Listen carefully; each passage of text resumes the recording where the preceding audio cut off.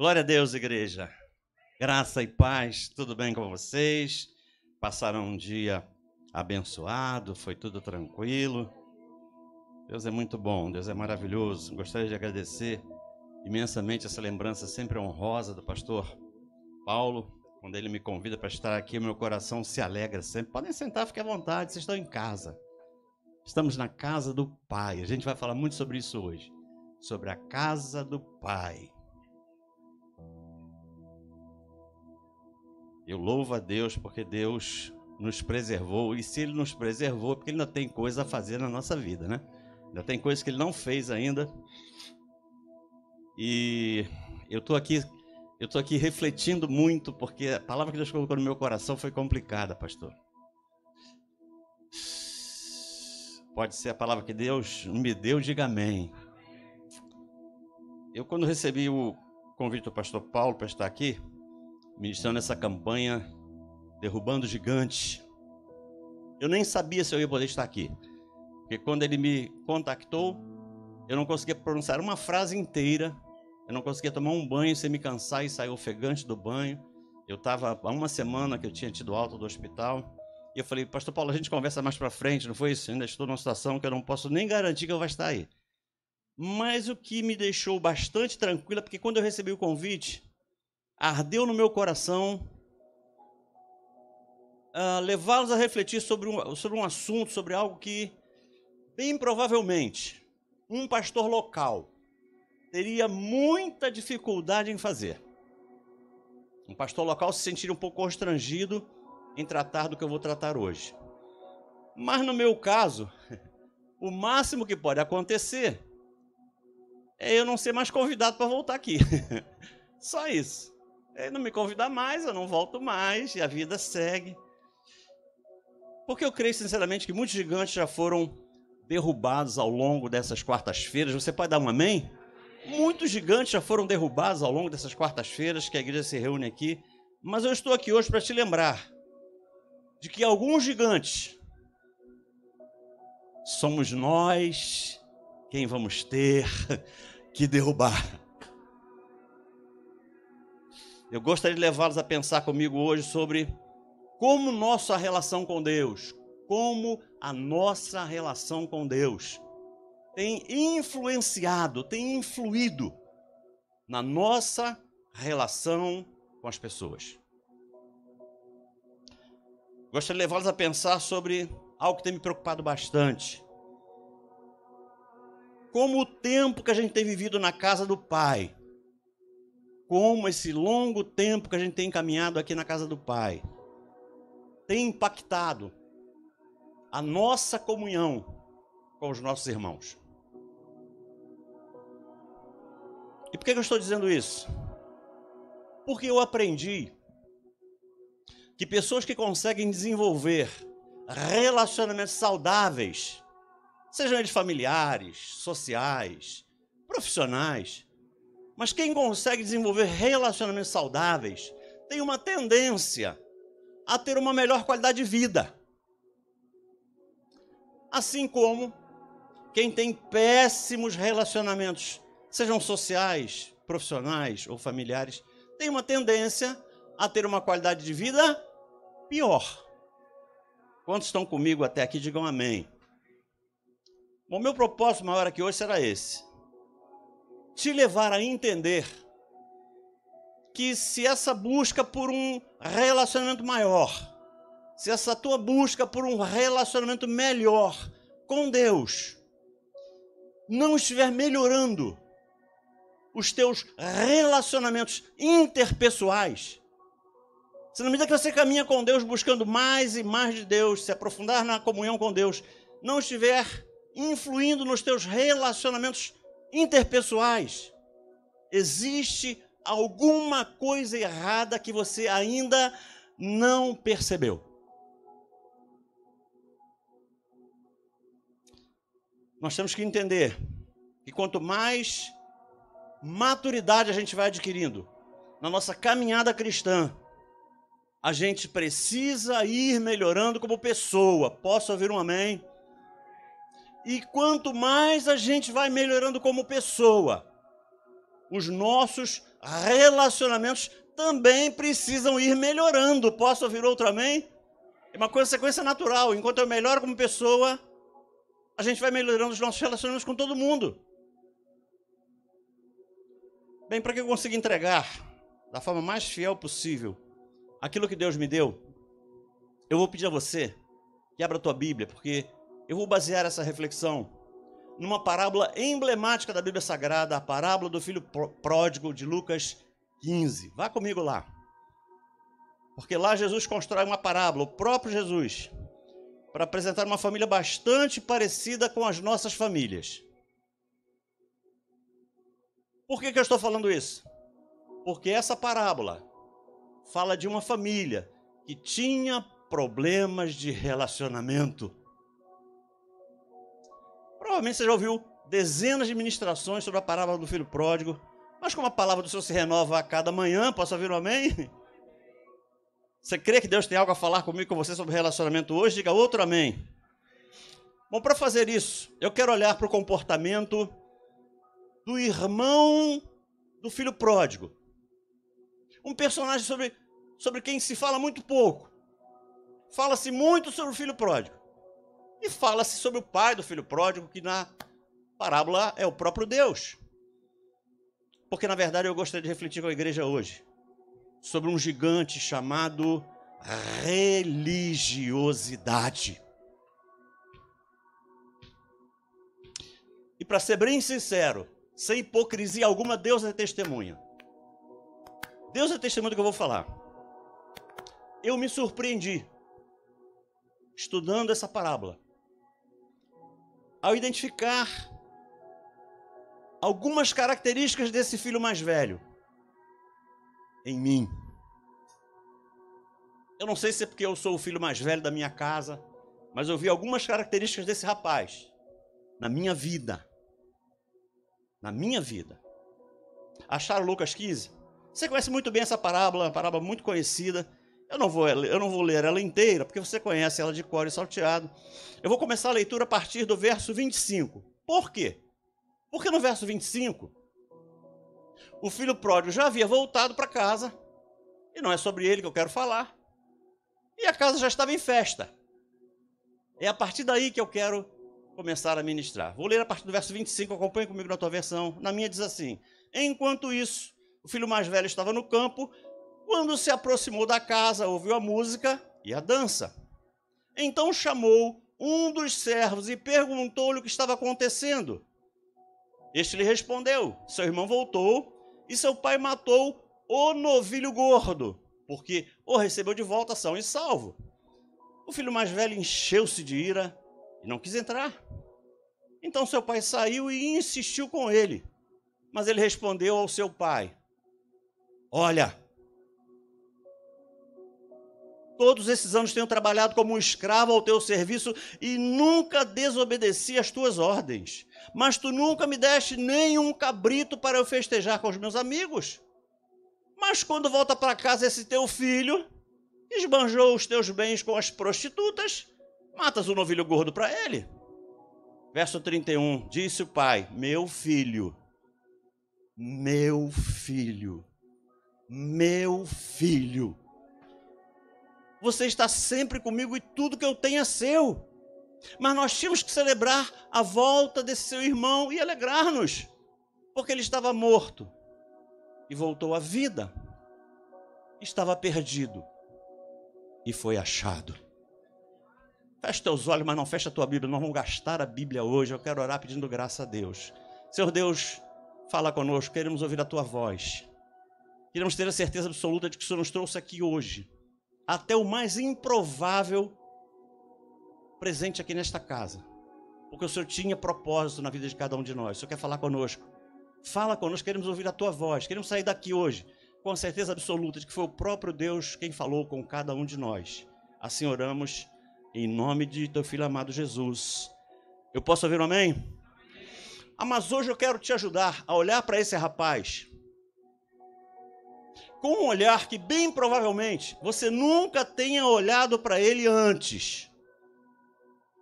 Porque na verdade o que eu quero é que, olhando através da vida desse rapaz, nós consigamos nos enxergar a nós mesmos. Que nós possamos olhar para a vida dele, mas vermos as nossas próprias vidas. E que isso nos leve a reconhecer como tem sido vivida a nossa vida cristã. E deixa eu fazer um parênteses aqui. Eu sei que não é vigília, pastor, vamos fazer um parênteses aqui. É interessante pensar que antes da parábola do filho pródigo, ou do filho perdido, Jesus havia construído duas outras parábolas. A parábola da ovelha perdida e a parábola da dracma perdida. Para depois só então construir a parábola do filho perdido. São 3 parábolas no mesmo capítulo. E por que eu estou te lembrando desse detalhe? Porque você sabe disso. Mas por que eu estou te lembrando? Porque essa parábola do filho perdido, ela começa exatamente como começam as outras duas anteriores. Com algo que havia sido perdido. Mas ela termina de uma forma completamente diferente. Como assim, pastor? As duas primeiras terminam assim que aquilo que havia sido perdido é encontrado. Quando se acha a ovelha perdida, a parábola acaba, festeja-se o encontro da ovelha perdida e acaba ali. E a da dracma a mesma coisa. Só que essa parábola continua. Mesmo após a volta do filho perdido, mesmo após o filho perdido tendo sido encontrado, Jesus estica essa terceira parábola. Por quê? Porque Jesus queria incluir um segundo filho. E ainda tem um detalhe que não foi colocado aqui por Jesus por acaso. É que esse segundo filho, que é incluído no finalzinho da parábola do filho pródigo, ele poderia estar vivendo algumas frustrações naquela casa, algumas decepções naquela casa. Ele poderia estar vivendo algumas insatisfações naquela casa. Mas mesmo assim, aquele filho mais velho permanece naquela casa. Aquele filho mais velho não abandonou a casa do seu pai. Porque o propósito de Jesus, ao inserir esse filho que ficou, esse filho que não saiu de casa, era falar ao meu coração e ao teu coração. Filhos que, apesar de tudo o que temos passado, não deixamos a casa do Pai. Temos enfrentado dificuldades? Temos. Mas a gente não deixa a casa do Pai. É justamente conosco que Deus quer falar. Jesus continua a parábola do filho pródigo, mesmo após a volta do filho pródigo, para falar comigo e contigo, filhos mais velhos na casa do Pai. Ele quer falar conosco hoje. Eu começo a ministração aqui, verso 25 na parte A, fala assim: enquanto isso o filho mais velho estava no campo. O que havia acontecido naquele dia? Enquanto o filho mais velho estava trabalhando no campo. Vamos rememorar isso? O que tinha acontecido na casa até que o filho mais velho volte? Bom, primeiro, o filho pródigo volta. E seu pai se enche de alegria. Seu pai ordena que se prepare uma grande festa. Para quê? Para comemorar a volta do filho pródigo. Seu pai manda matar vá no texto, o novilho gordo. Não é qualquer um novilho. Ele manda matar pronome pessoal definido, o novilho gordo. Era como se o pai estivesse dizendo: olha, não pode ser qualquer novilho não, tá? É aquele que eu estou engordando para ser morto hoje, desde que o meu filho mais novo foi embora. É aquele, porque eu sabia que um dia ele ia voltar. Tem que ser aquele novilho. Eu creio que aquele pai deve ter mandado convocar alguns músicos. Eu creio que aquele pai deve ter convidado todos os seus amigos. Eu creio que a intenção daquele pai era fazer uma grande festa, para que aquela festa ficasse marcada na história daquele povoado. Essa era a intenção daquele pai. Até que já no final do dia, chega do campo o filho mais velho. E aqui eu quero conjecturar um pouco, se a igreja me permita.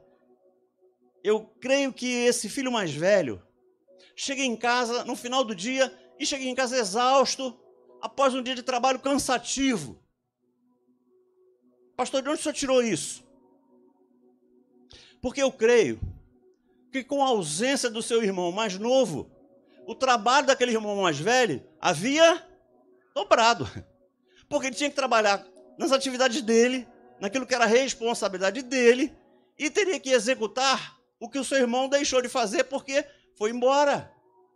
O trabalho dele havia dobrado. E eu creio sinceramente que ele estivesse cuidando com muita dedicação da lavoura do seu pai. Creio realmente que, como filho mais velho, ele estivesse cuidando com muita competência do rebanho do seu pai, porque é próprio de filhos mais velhos.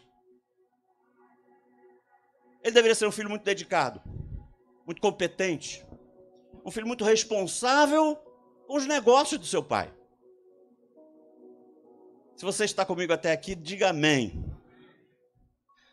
Bem, então, quando é que o texto começa a revelar que havia algo de estranho com esse irmão mais velho?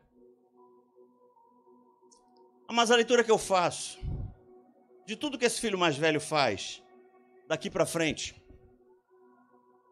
é de que esse filho mais velho estava perdido, mesmo estando na casa do pai. Ele estava perdido na casa do pai. Todo aquele tempo que ele havia passado na casa do pai, todo aquele tempo que ele ficou ali, porque ele não foi embora, todo aquele tempo não deu a ele nem estabilidade emocional e também não deu a ele maturidade espiritual. Por que eu estou dizendo isso? Porque tudo aquilo que ele faz após a volta do seu irmão só vai confirmar isso que eu estou dizendo. Vamos acompanhar para ver se não é isso. Faltou-lhe maturidade espiritual e faltou-lhe estabilidade emocional. Se olharmos com olhos espirituais, nós vamos encontrar esses sinais na vida do irmão mais velho em várias atitudes que ele toma. Primeiro sinal que eu vejo que me mostra alguma coisa de anormal com esse rapaz é a forma como ele se comporta. Quando, ao voltar para casa, ele se depara com algo que eu creio que, a princípio, ele não sabe o que é. Ele vem voltando para casa e vê um movimento estranho na sua casa. Um movimento anormal, atípico, não era o que ele costumava ver todas as vezes que ele voltava para casa no final do dia.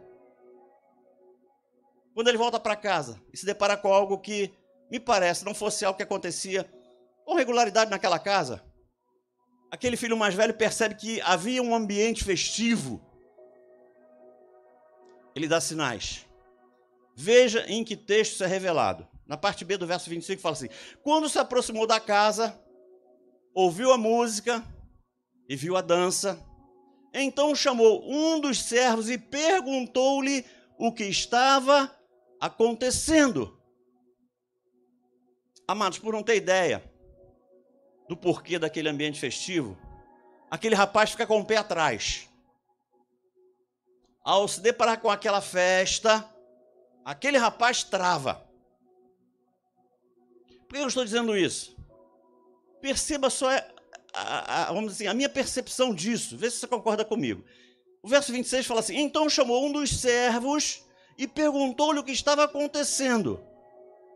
Ou seja, aquele filho mais velho se sentiu mais à vontade para perguntar o que estava acontecendo a um servo do que entrar na sua casa, ir direto ao seu pai e conversar com o seu pai e perguntar qual era o motivo daquela festa ao seu pai.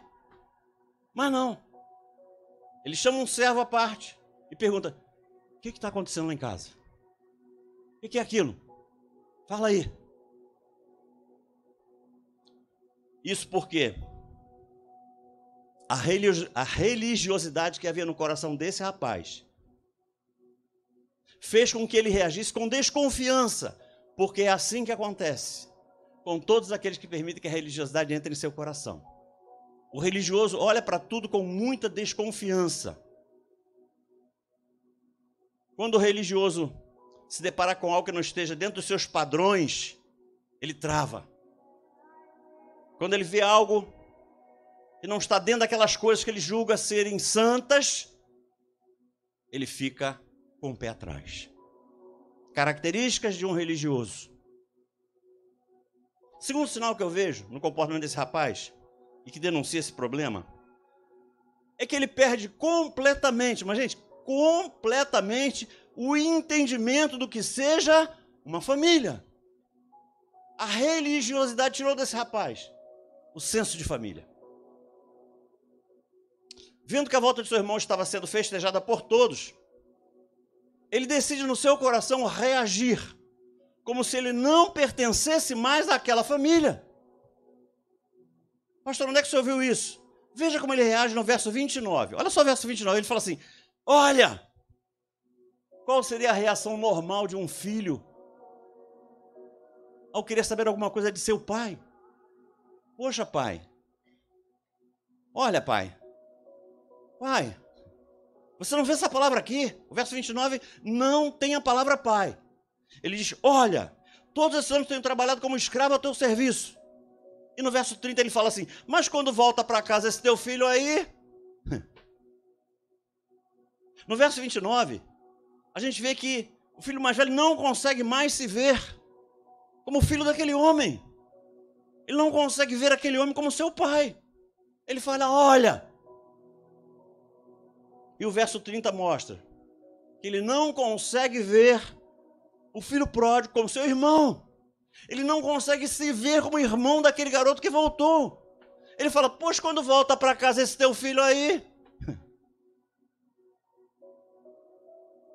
Era como se ele, a partir de toda aquela indignação que ele tinha permitido entrar no seu coração, ele tivesse tomado uma decisão consciente de se excluir daquela família. E ouça, queridos, essa religiosidade que entra no coração, ela faz com que a gente sinta isso não só com relação à família de sangue, mas também com relação à família da fé. A gente faz exatamente isso também com a família da fé. Isso porque a religiosidade sempre vai fazer com que a gente exclua do nosso convívio pessoas que não pensam como nós. Essa é uma atitude típica do religioso.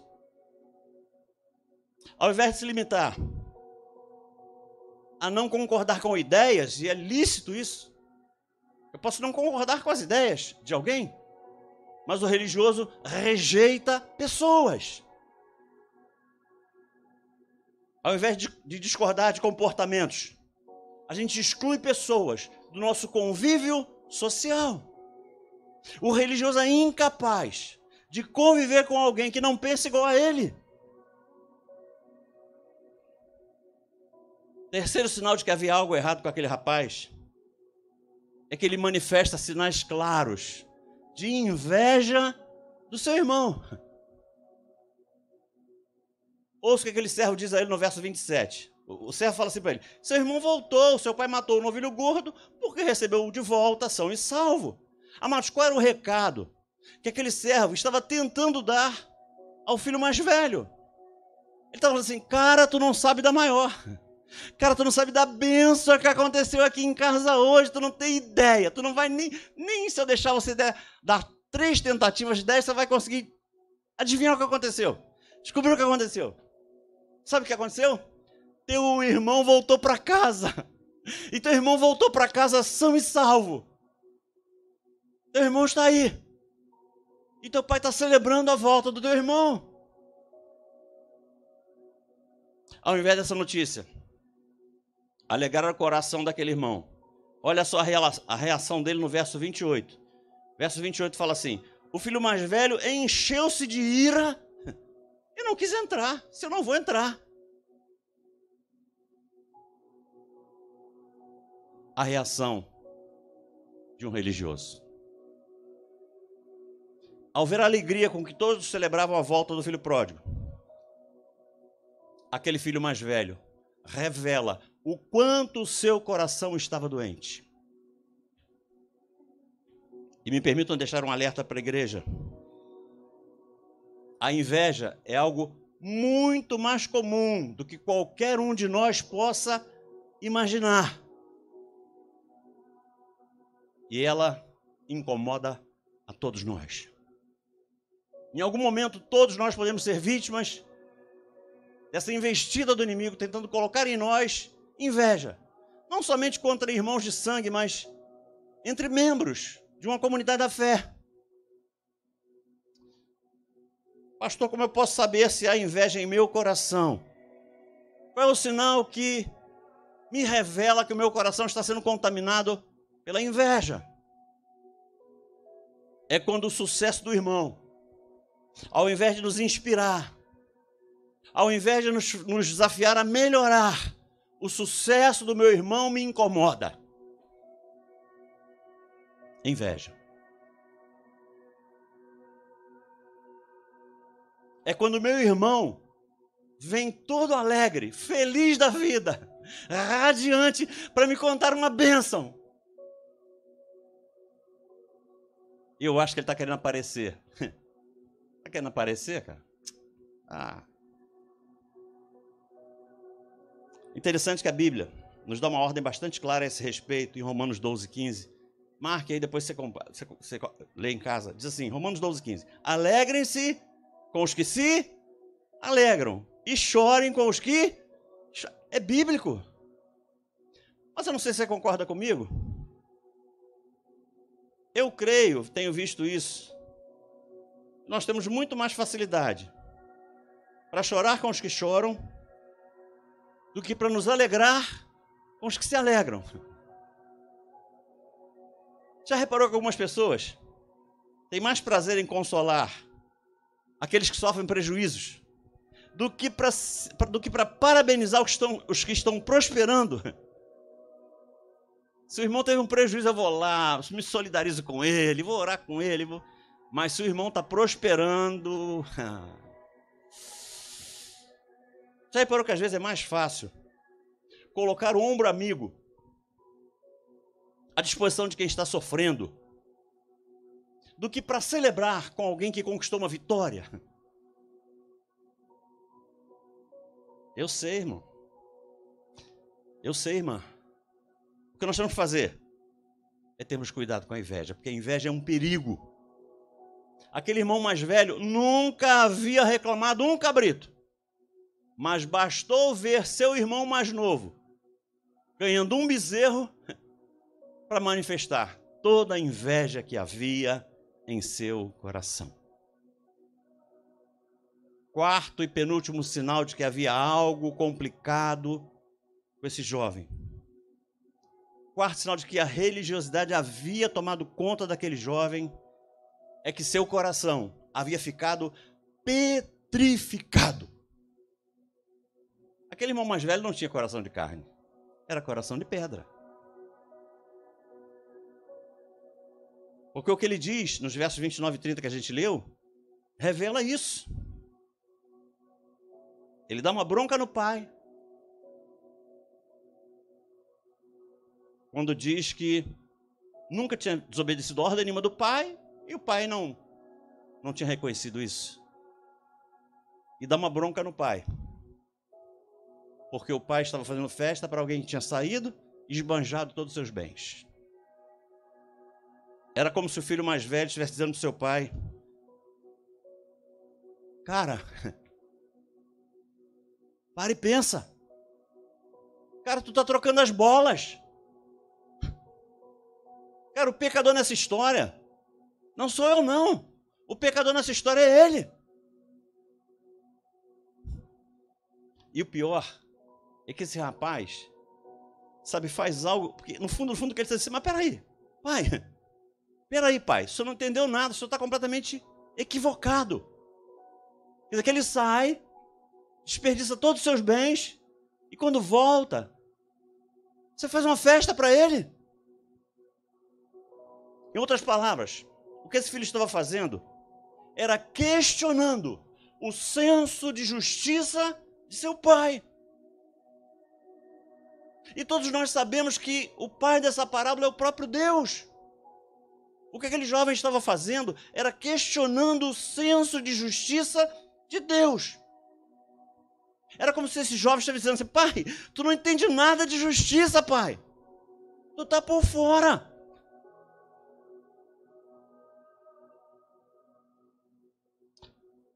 Ah, Senhor. Ouça, meu irmão e minha irmã. Para provarmos que nascemos de novo, não basta ter o nosso caráter trocado. É bom trocar um caráter duvidoso por um caráter reto, sim ou não? É maravilhoso. Mas não é suficiente. O processo de conversão completo.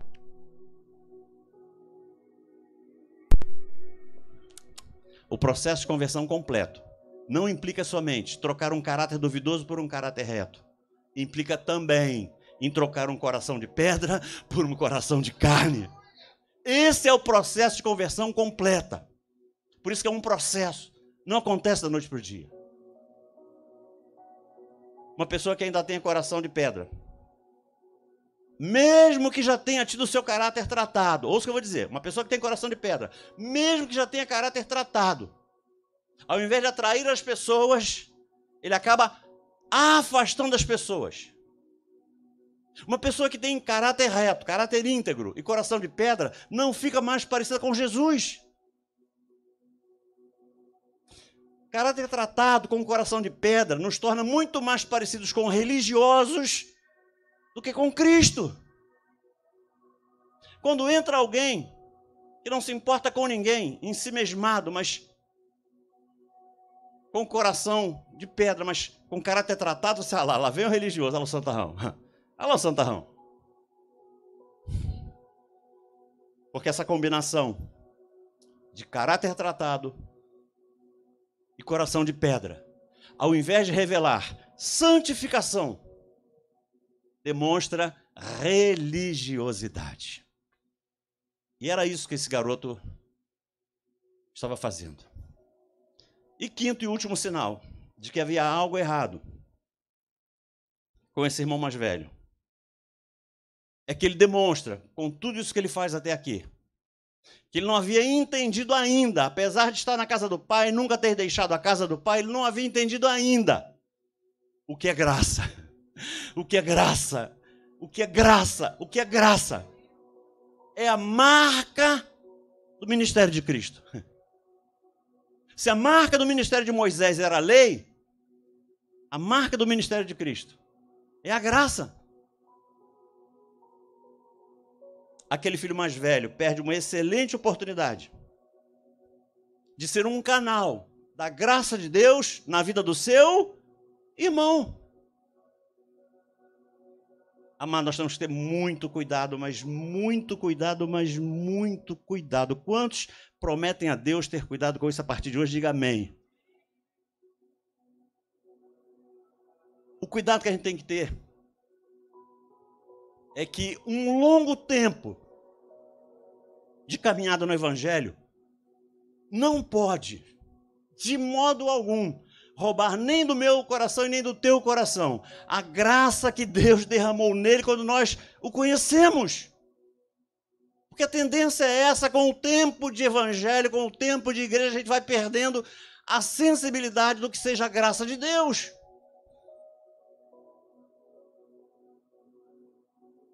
A impressão que eu fico é que mesmo depois de algum tempo caminhando no evangelho, algumas pessoas ainda têm muita dificuldade para entender o que é a graça de Deus.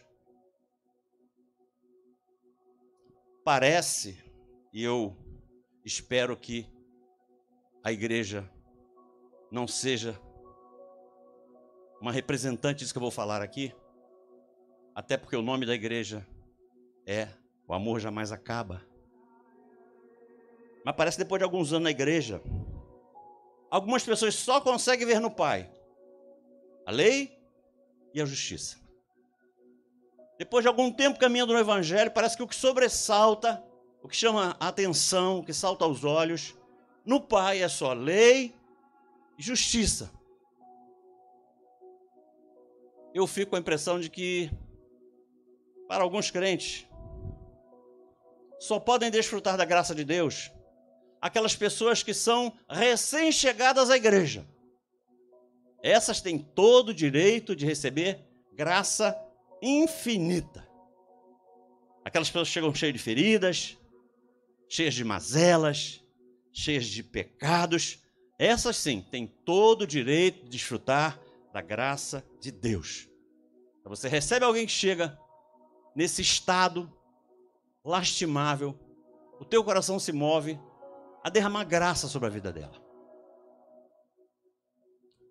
Mas o que eu percebo, e eu espero em Deus, e eu estou sendo sincero nessa hora, eu espero em Deus que isso não passe no coração de ninguém aqui, porque eu tenho visto isso. Parece que depois que a pessoa já aceitou Jesus, passou aquela fase inicial crítica, ela já aceitou Jesus, já se firmou, já se batizou. A impressão que eu fico é que algumas pessoas acham que essas pessoas que já vieram para a igreja há algum tempo, já ficaram firmes no evangelho, já se batizaram, parece que elas só podem ser tratadas a partir de agora com todo o rigor da lei. Se você chegou ferido da rua, graça para você. Mas você está no evangelho, está caminhando no evangelho, batizado, batizada, filho, essa é a lei. Nessa parábola que Jesus constrói, aquele filho mais velho não considera a graça como sendo uma opção. Em momento nenhum você vai ver esse filho mais velho considerando derramar graça sobre a vida do seu irmão. Em momento algum. Aquele jovem, ao invés de sentir saudade do seu irmão, ele acaba sentindo raiva do seu irmão. E mais, ele ainda se acha injustiçado pelo pai. Mas num ambiente onde Deus verdadeiramente habita, a graça precisa prevalecer em toda e qualquer situação. Ouça, eu não quero ser mal interpretado. Eu não estou dizendo aqui que ninguém aqui tem que ser conivente com o pecado. Não é isso que eu estou dizendo. O que eu quero que você entenda é que se a graça não fizer com que a pessoa se arrependa dos seus pecados, não vai ser a lei que vai fazer isso. Não vai ser a imposição da justiça e do juízo que vai fazer isso.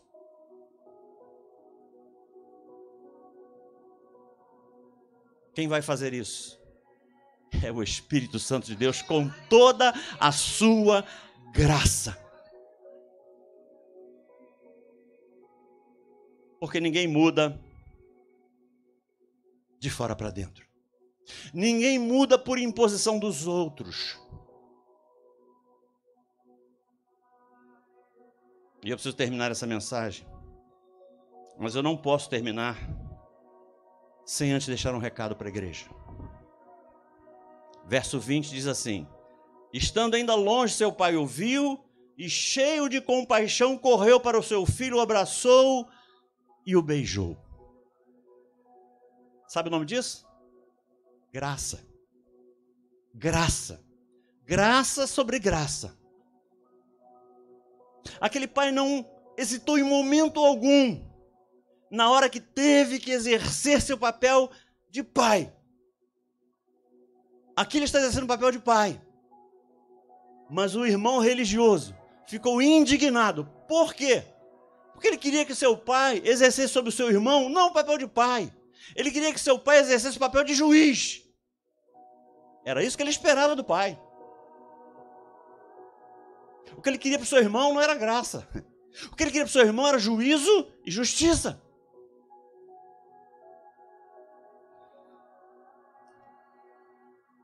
Amados, nós precisamos entender uma coisa que eu acho que é o resumo de tudo aquilo que eu vim falar aqui hoje.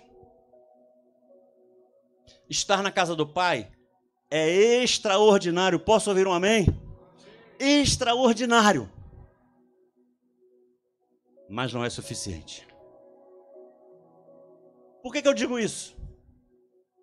Porque o filho mais velho esteve o tempo todo onde? Na casa do pai.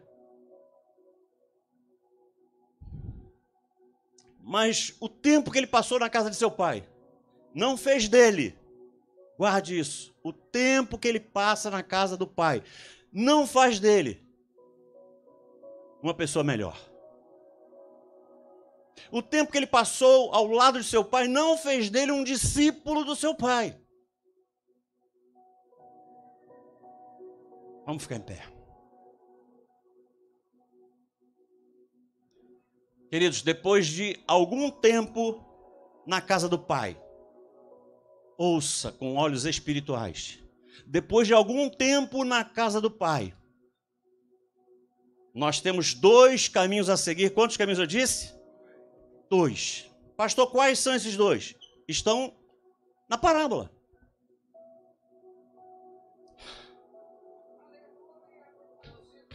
Rica.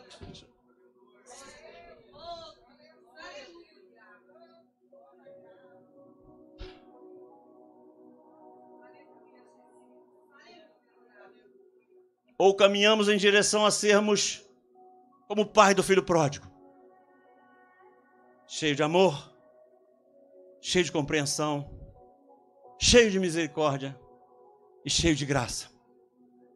Um coração tão cheio, mas tão cheio, que consegue transbordar tudo isso para a vida dos outros. Esse era o coração do Pai. Ou nós temos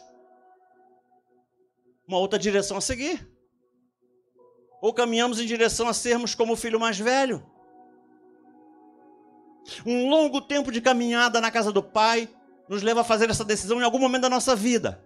Ou vamos nos tornar mais parecidos com o Pai, ou vamos nos tornar mais parecidos com o filho mais velho, cheio de ciúmes, de raiva, de preconceito, de inveja, cheios ao ponto de transbordar isso para a vida dos outros, porque foi isso que o irmão do filho pródigo fez.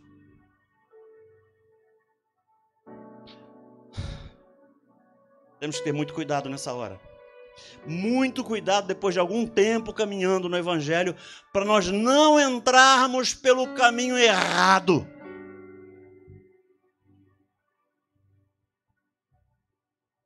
Considere isso. Eu prometo fechar aqui. Tem ovelha perdida lá fora. Sim ou não? Tem ovelha perdida lá fora. Que até estaria disposta ou disposto a voltar para o rebanho do Pai. Tem ovelha perdida lá fora que estaria disposta a voltar ao redil e até aceitar a disciplina do pastor. Ele sabe que errou, ela sabe que errou e está disposto ou disposta a pagar o preço pelo seu erro. Eu vou voltar para o aprisco e vou me submeter à disciplina do pastor. Mas sabe por que elas não voltam? Sabe por que algumas dessas ovelhas perdidas não voltam? Porque elas pecaram. E elas estão com a sua estrutura emocional abalada. E elas não teriam como lidar com a condenação do olhar das 99 ovelhas que não saíram.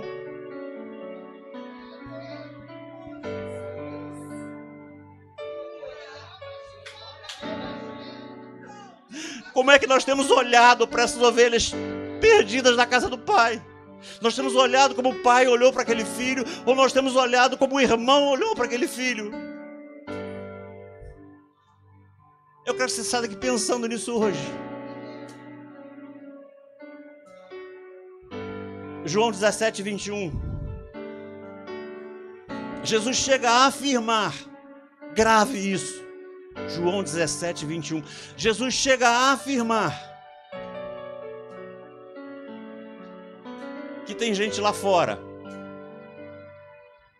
que não vem para a casa do Pai porque não consegue ver unidade. Ele diz: assim como eu sou um contigo, Pai,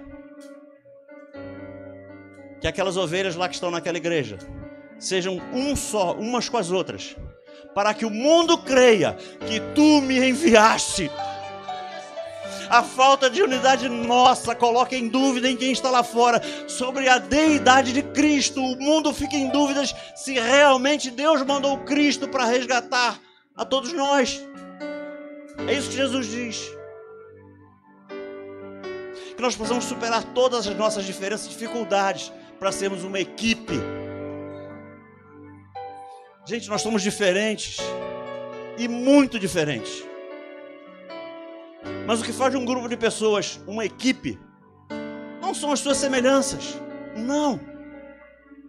Vide um time de futebol onde cada jogador tem uma característica completamente diferente da outra.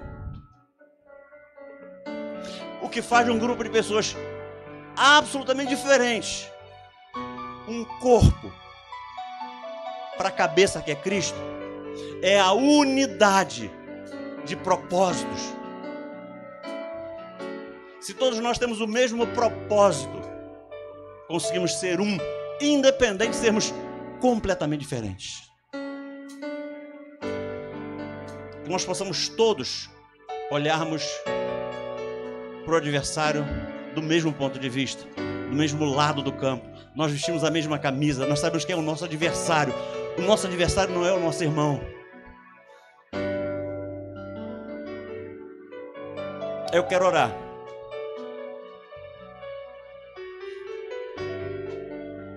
E eu aqui não quero saber se você se viu como filho mais velho, como eu me vi algumas vezes, ou se você se viu como o filho pródigo, que volta para casa arrependido para retomar a comunhão. E aqui não importa o teu caso, pode ser um outro, mas o que eu quero sinceramente, no fundo do meu coração, voltando a ministrar depois de um longo tempo ausente, é unir a minha fé à tua, unir a minha fé à tua numa oração, para que Deus te visite e dê a você o que você veio buscar aqui hoje. Eu não sei que gigante você quer derrubar, mas eu sei de uma coisa: quando a igreja ora unida, quando a igreja une a sua fé, por menor que seja individualmente cada uma delas, Deus se manifesta. Eu quero orar pela tua vida. Se você quiser vir aqui, se você não quiser, eu vou orar do mesmo jeito. Eu só quero te dar a oportunidade de vir aqui. E eu quero me ligar a você em oração. Eu quero unir a minha fé à tua, para que possamos acionar os céus em teu favor. Eu vou começar a orar. Se você sentir desejo no coração, fique absolutamente à vontade. Senhor Deus, Pai querido, te damos graças, te louvamos e te bendizemos, porque bem sabemos a dificuldade que é para cada um de nós deixar o seu lugar, que é grande preocupação de muitos, é em ficar pensando: o que é que o meu irmão vai pensar? Por isso nós estamos aqui, Pai, há quase uma hora, compartilhando a tua santa palavra, para que esse Espírito nunca mais tenha espaço no coração de nenhum dos teus filhos que estão no templo ou que estão acompanhando pela internet. Que isso nunca mais seja um problema para nenhum deles. Que possamos entender que buscamos aqui, caminhando no Evangelho, nos tornarmos mais parecidos com o Pai do Filho Pródigo, com um coração cheio de graça, amor, misericórdia e compaixão, para derramarmos sobre a vida de todos aqueles que chegam com as suas mazelas, com as suas feridas, com os seus traumas, com as suas dificuldades. Que possamos ser sempre um canal vindo dos céus para alcançar a todos aqueles que se arrependem de qualquer coisa que tenham feito e voltem ao convívio, voltem ao corpo, voltem à comunhão, voltem à casa do Pai. Eu profetizo sobre essa igreja, esse espírito renovado, que a santificação seja um processo contínuo na vida de cada um daqueles que aqui congregam ou que assistem esse culto pela internet, e que a religiosidade não tenha espaço, nenhum espaço, que ela não incomode mais a nenhum de nós, e que seja assim, para a glória do teu nome. E eu peço isso, crendo no que eu estou orando, e peço no nome santo e precioso do teu Filho amado Jesus. Amém e amém. Graça seja dada a Deus.